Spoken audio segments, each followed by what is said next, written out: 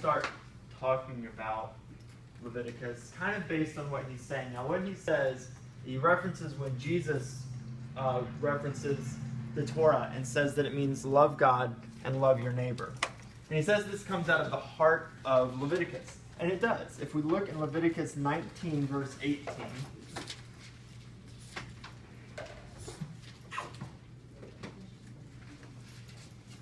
And Jen, if you wouldn't mind getting that other light for me. Thank you. Right? It says, you shall not take vengeance or bear a grudge against any of your people, but you shall love your neighbor as yourself. I am the Lord. Right? And then in 19 it continues, you shall keep my statutes, and so forth. Right? So we have this idea of loving God and loving neighbor. Right in the heart of Leviticus. Now let's think about this. If we have loving God and loving neighbor, and this is kind of the summation of Torah, what do these two things sound like? Where does this ring a bell for anybody? The Decalogue, right? Because in the Decalogue we have proper worship and proper community. Right? So what he's saying is that Leviticus is laying out the same thing that we saw the Decalogue laying out. Right? It's working from the same place of what is proper worship, what does proper community look like. Okay? Now, the book is named Leviticus because traditionally it's seen as applying to the Levites. So if we say Leviticus, and the Levites are your priestly class. Right, the Levites are the ones who work in the temple, who work in the sanctuary. These are the people who are intimately involved with the cultic life of Israel. However, this may be a bit of a misnaming. Okay, know that this is the English name for the book. The way that the book, or the title of the book in Hebrew, is just "and he called." Right, because this is the first few words, or the first word in Hebrew of the book, right? Remember what we said, that in Hebrew the title of the book is often just the first word. So this is Vayikra in Hebrew. And so that's all it's called in Hebrew. And I say it might be a misnaming because it really only mentions the Levites once. Right? So a lot of people have looked in this book and seen all these like codes on how to do proper worship and what is holy and unholy, and they say, oh, well, surely this is pertaining just to the Levites. But a better way of reading it is that this actually pertains to the whole community, in the same way that the Decalogue does, in the same way that the Holiness Code does that we looked at last time. So if we take that perspective, that actually what we see in Leviticus is not just an instruction manual for the priestly class, but actually something that's supposed to guide the entire community, we start to see a little bit better how it plays into this idea of being the proper community that can properly worship their God. Because what we see are laws not just governing what happens in the temple, but laws governing ordinary daily life as well. And remember we said that in the ancient world there is very little distinction between what goes on in sacred life and what goes on in secular life, right? These two things are very, very closely tied. And so if we take that perspective, what we have are laws meant to sanctify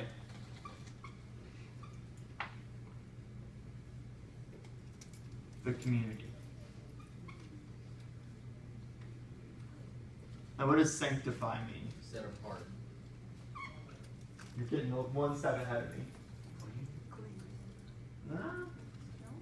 I think we have the words, Put them into like a level. we have sanctuary, similar to this word. We actually have sacred is connected to this word. Right? Sanctify just means to make holy.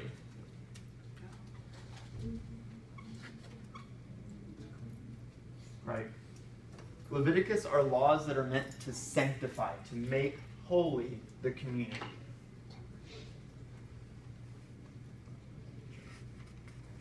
Now the question is, why does the community need to be holy? Why can't we just have our priestly class being holy? Well, the book Leviticus gives us a couple answers to that. And the first one is in 11:45. And this is the justification for these laws.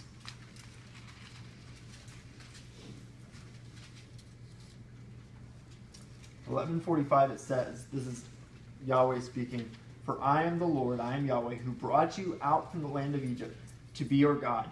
You shall be holy, for I am holy." Right? That is the justification for why the people should be holy. And this is Leviticus 11:45. You shall be holy, for I am holy. Right? This is why we need this kind of law code. This is why we need to know what it looks like to be holy. Okay, now let's think about that word real quick. If we just, you guys know word association games, where I just say a word and you say a word. If I just say the word holy, what comes to mind? God. Okay, good. What else? Moly. Huh? I said moly. Holy moly. Holy. That's the joke. I'll put that up here. What else? Set apart. Maybe. What else? Priest. Huh? Priestly. Priest. Above. What else? Above. Above? Good. What else? Christmas. In Christmas? Put that up here with holy moly. Actually, it makes me think of a wreath specifically. I don't know. That's fine. I like holly. Yeah. Cleanse. Good. Spiritual. Spiritual. Spiritual. Good. What else? Anything else? Good. Well, some of y'all are kind of jumping ahead, or just read, and so kind of know this ahead of time. The Hebrew word for holy literally means set apart. That is what the Hebrew word that gets translated holy means.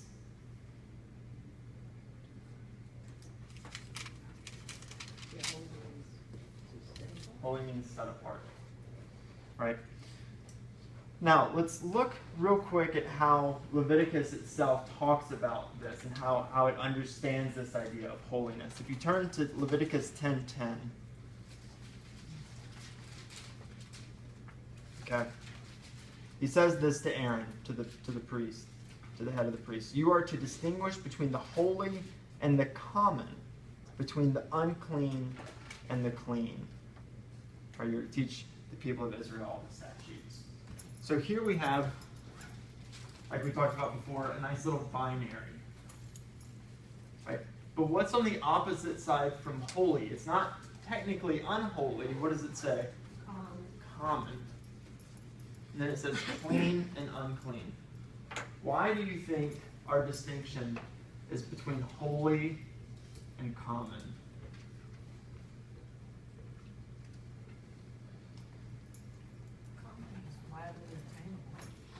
It's attainable, good. Keep going, keep thinking through this one. Why holy versus common? Well, holy is set apart. That means you're different. You're not like everybody else. You're no longer. Okay. Good. But if we're talking about holiness, and we're talking about set apart, the question then, is set apart for what?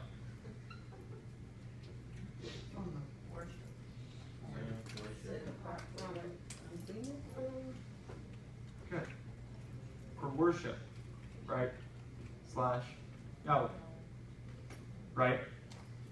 But in this binary that we have here, for worship, there is the idea of being set apart for worship, for Yahweh, versus being common, being just the everyday stuff of life. Right? And the people of Israel are to move towards this. Okay. And the other distinction we have here is clean versus unclean. Now, is Leviticus here just speaking to the need to take a bath? No. Why? What is this? What's happening here? Clean versus unclean? Spiritually. clean, unclean. Attitude. Spiritually keep. What do you mean spiritually clean? But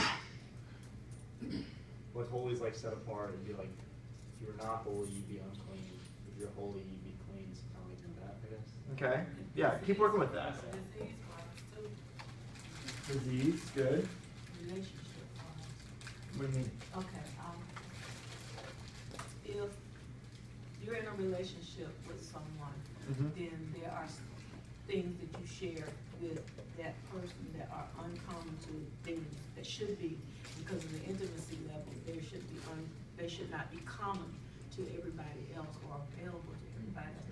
I know I've heard that, I've heard, dating myself, but, the thing about it is that, okay, marriage. You don't want your wife or husband to be common with everybody. You know. Something to be set apart for you. Yes. Well, let's work with that. Yeah. Because I think that's kind of what's going on here, right? Is the people of Israel are being set apart specifically for Yahweh. Right? The ideas here of clean and unclean are the way we see that kind of operating partly is in how much somebody can participate in worship, or how much something can participate in worship. Clean kind of designates what can be used in the temple, who can enter the temple, right? And unclean is that which is common, right? So when we read clean and unclean, we need to think about it in this sense, right? This is not talking about this stuff is has been washed thoroughly and it's sanitized, and this stuff is unsanitized. It's clean and unclean are working within this same kind of category. Okay? Now, this is one way of understanding it, right? Of this idea of holy versus the common and clean and unclean. But it doesn't just work by in that kind of binary sense of something is either this or either the other. Because what we also see is that it works somewhat in degrees. Okay, now I have these for you so that you can make notes on them. Hopefully. Aha, there we are. Get these passed out to you all.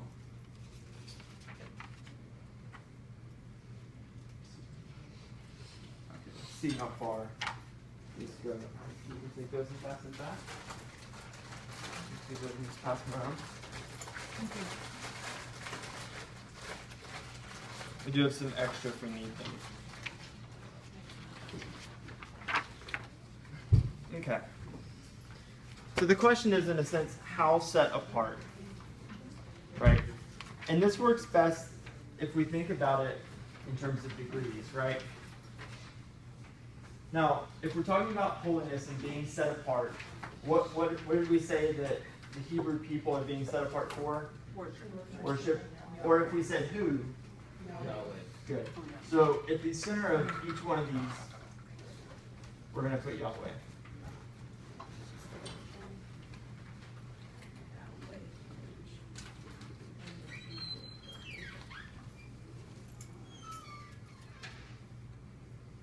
Okay. Good. Now, let's talk about people. Okay? People.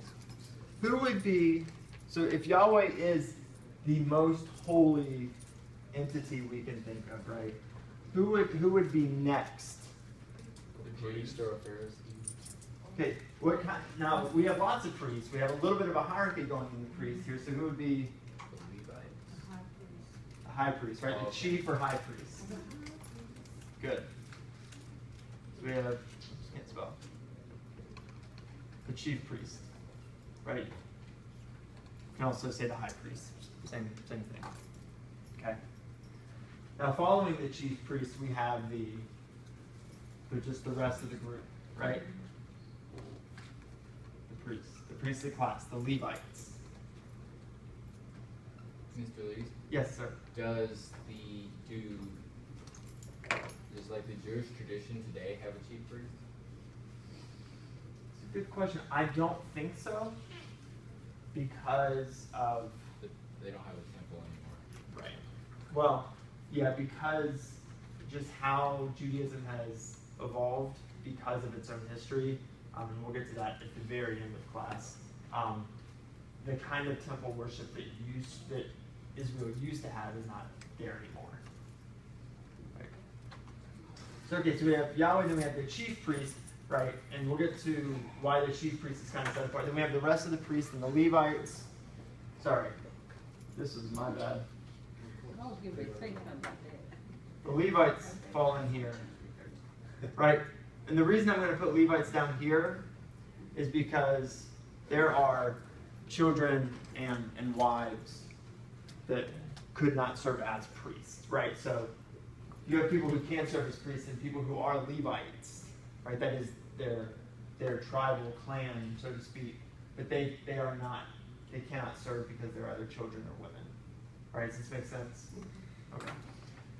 Finally, well, not finally yet. Who would we have here? Who would come next? The rest of the Jews. Good. Israelites.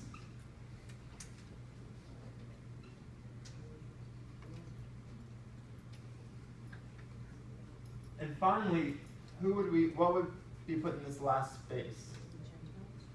Good. We're going to call them nations. The Hebrew word here is goyim, that typically gets used to refer to everybody who is non-Israelite. Okay, so we have this spectrum. Now there's going to be a much sharper division line here than around any of the others, right? Saying from the Israelites up, this is a very special people set apart.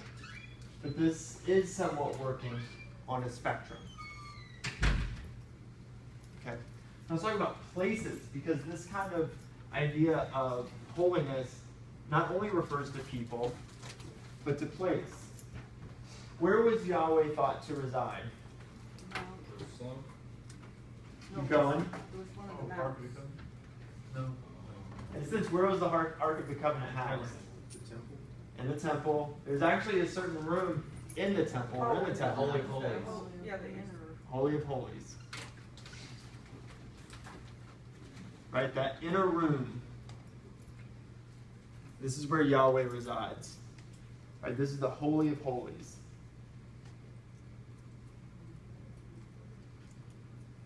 Okay?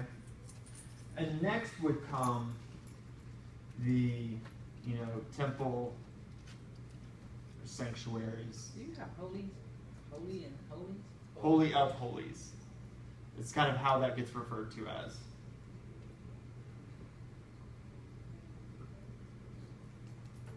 Right? So next would come that sanctuary, right? The holy place.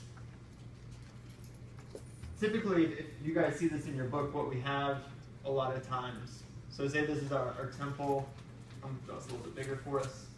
Here's our temple, right? Our Holy of Holies is in here. Okay? Outside of this, there is typically a courtyard. Okay? This is where the people would gather. This is where the priests would gather. And this is where the high priest or the chief priest would only be allowed to go.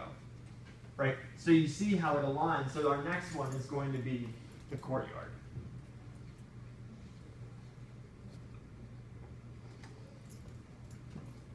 So the degree of someone's holiness kind of indicates also their place, where they can be. Okay? And finally we have,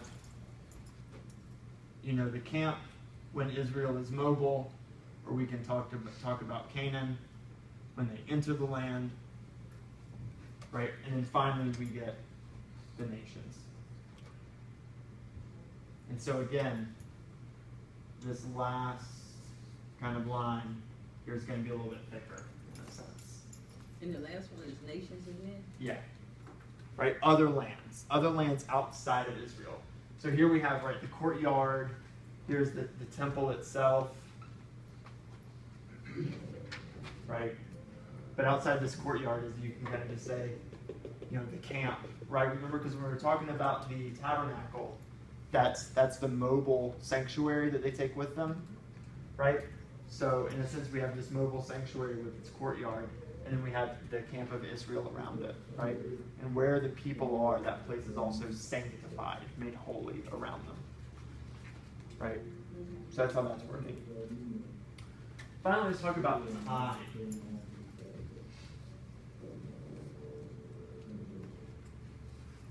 Did anybody notice in your laws the word that gets used to refer to a holy time? When we saw it in Genesis. Good. Sabbath. So right at the center, right, is Sabbath. This is the time that is set apart for the Lord. Okay. And then under that, we get other holy days, other celebrations. And then finally, we could say ordinary time. Right? In a sense, think common time. Right? Time that isn't designated in any kind of special way. And the last one is what, old time? Ordinary time. Ordinary. Yeah. Their video is extremely loud. We should all go home. I mean, Anybody have a broom? We could. I could go over there and No, it's okay. Okay, so this is sure. I think you just wanted to see what movie they're playing. So this is kind of how holiness operates in the ancient Israelite mindset, right? This set apartness, right? The priests are set apart from the normal people of Israel. The high priest or the chief priest is especially set apart, right? These spaces are set apart, right? And all of it is set apart as designated for Yahweh, right? Even time itself is designated for Yahweh, right? Certain times are set apart, right? And the further we move away from that set apartness, the more common it gets. But Israel, right? Israel itself is to be a people set apart, because they are set apart for Yahweh exclusively, right? This is again kind of making sense, helping us to make sense of the idea that God is a jealous God, right? This idea that God is a jealous God, and so these people are set apart exclusively for Yahweh. Okay. And these laws that we see then that tell us how to be holy are telling the Israelites how to be set apart. This is what it looks like to be set apart. This is how you live a life that is set apart. And in a sense, it's expecting equal observance from all. Right? And what's kind of interesting in Leviticus is we get this tension that in one sense, these laws that we see in Leviticus are supposed to be very egalitarian, right? In Exodus, Yahweh says you are to be a nation of priests, right? And yet, even in Leviticus, there's this idea that kind of supports this kind of priestly hierarchy, right? But this isn't too different from how, look at the history of the U.S., for example, right? The beginning of the Declaration of Independence, right? We hold these truths to be self-evident that all men are created equal. Yeah, not exactly. Think about how long that took, Yeah. and it's still taking, right? So even in like documents that are at the heart of like the U.S. civil life that say, yeah, all men are created equal, and yet that's still something that the U.S. is struggling to actually realize, right? Wait, do you mean all men, or do you mean all property-holding men? Right? Do you mean all men of this color or that color? Now, do you mean men, or do you mean men and women? Right? So all of these ways that even in a text that seems very egalitarian still is used to kind of justify these kind of hierarchies. So we see this as well in Leviticus. Now, the next question is, and the reason I had you look through Leviticus, is what makes something holy? What makes something set apart? How do we make sense of these different laws? So here's what I want you to do for the next 5 minutes, which means that when you get in your group, I need you to just kind of like start talking, is I want you to find people, get in a group at least 3 of people who don't have the laws that you have, don't have the chapter that you have. Okay? So go ahead and find at least 2 other people, get in a group of people that don't have your chapter, and discuss what makes the most sense.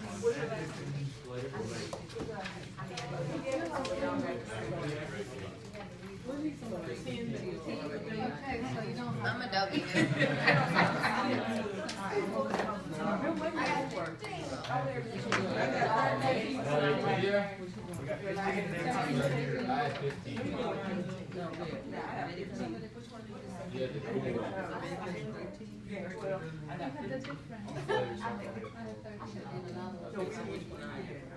What do y'all need? You got 15 and 18 right here.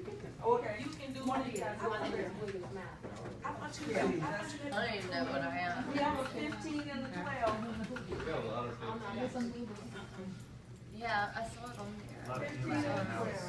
What's your last name?